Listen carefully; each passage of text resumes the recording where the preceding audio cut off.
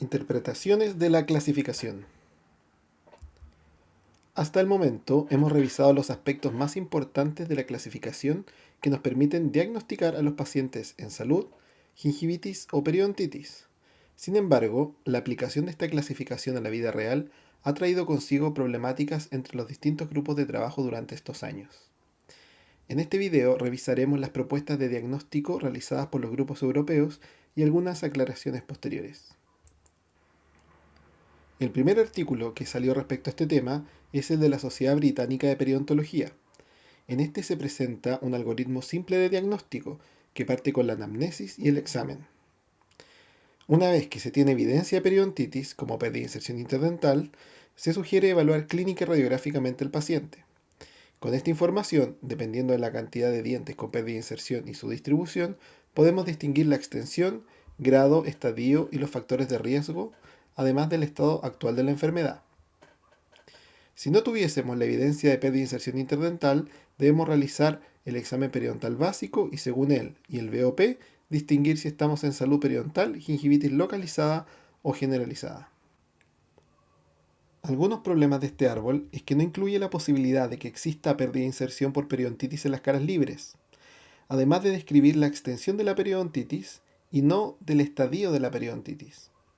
Pero es muy orientador, a manera general, de cómo enfrentar el diagnóstico de manera práctica. Además, nos entrega una propuesta de cómo escribir el diagnóstico que es bastante útil. Además, sugiere explicitar los factores de riesgo bajo él. La segunda propuesta es la de Tonetti y Sanz, los cuales realizaron un algoritmo diagnóstico. En este nos orientan, en general, a determinar si hay pérdida de inserción causada por periodontitis o no como primer paso. De ahí, con el examen periodontal, determinar si hay profundidad de sondaje de 4 milímetros o más para descartar, según BOP, si el paciente tiene un periodonto reducido sano o es un paciente periodontitis con inflamación gingival.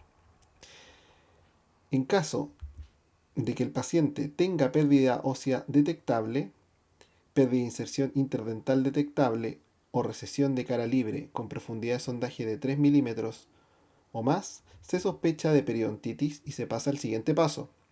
En caso que no cumpla estas condiciones, se discrimina según BOP entre salud clínica periodontal y gingivitis localizada o generalizada. En los casos de periodontitis, se sugiere discriminar entre estadio 1 y 2 y entre 3 y 4, según Nick. Los estadios 1 y 2 deben tener menos de 5 milímetros de pérdida de inserción o tener pérdida ósea en el tercio coronal. No deberían tener ni lesiones de Furca 2 o 3, ni pérdidas dentarias por periodontitis.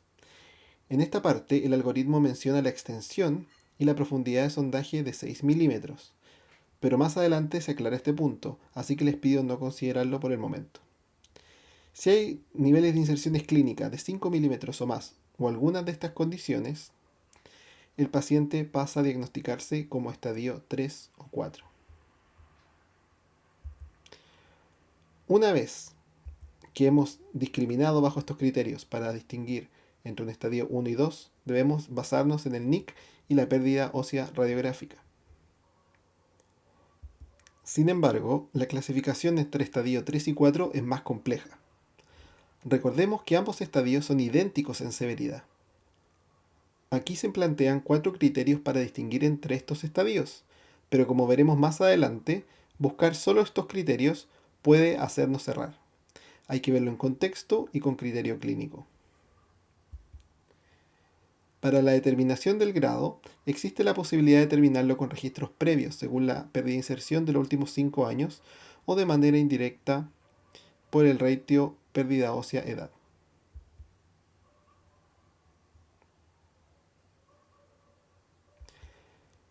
Estas dos propuestas generan distintas formas de realizar el diagnóstico. Por ejemplo, para Sanz y Tonetti podría existir una periodontitis estadio 4 generalizada grado C, y para Dietrich sería una periodontitis generalizada estadio 4 grado C actualmente inestable. Para Sanz y Tonetti existiría una inflamación gingival en paciente periodontal y para Dietrich existiría una periodontitis generalizada estadio 3 grado B en remisión, por ejemplo. Y asimismo, una salud clínica en un paciente periodontal podría significar en Dietrich periodontitis generalizada, estadio 1, grado A, estable. El año 2020 se publicó un editorial de Sanz y colaboradores, donde corroboran que la extensión de la periodontitis debe considerarse según el estadio que capture la severidad y complejidad del caso, dando información significativa al clínico.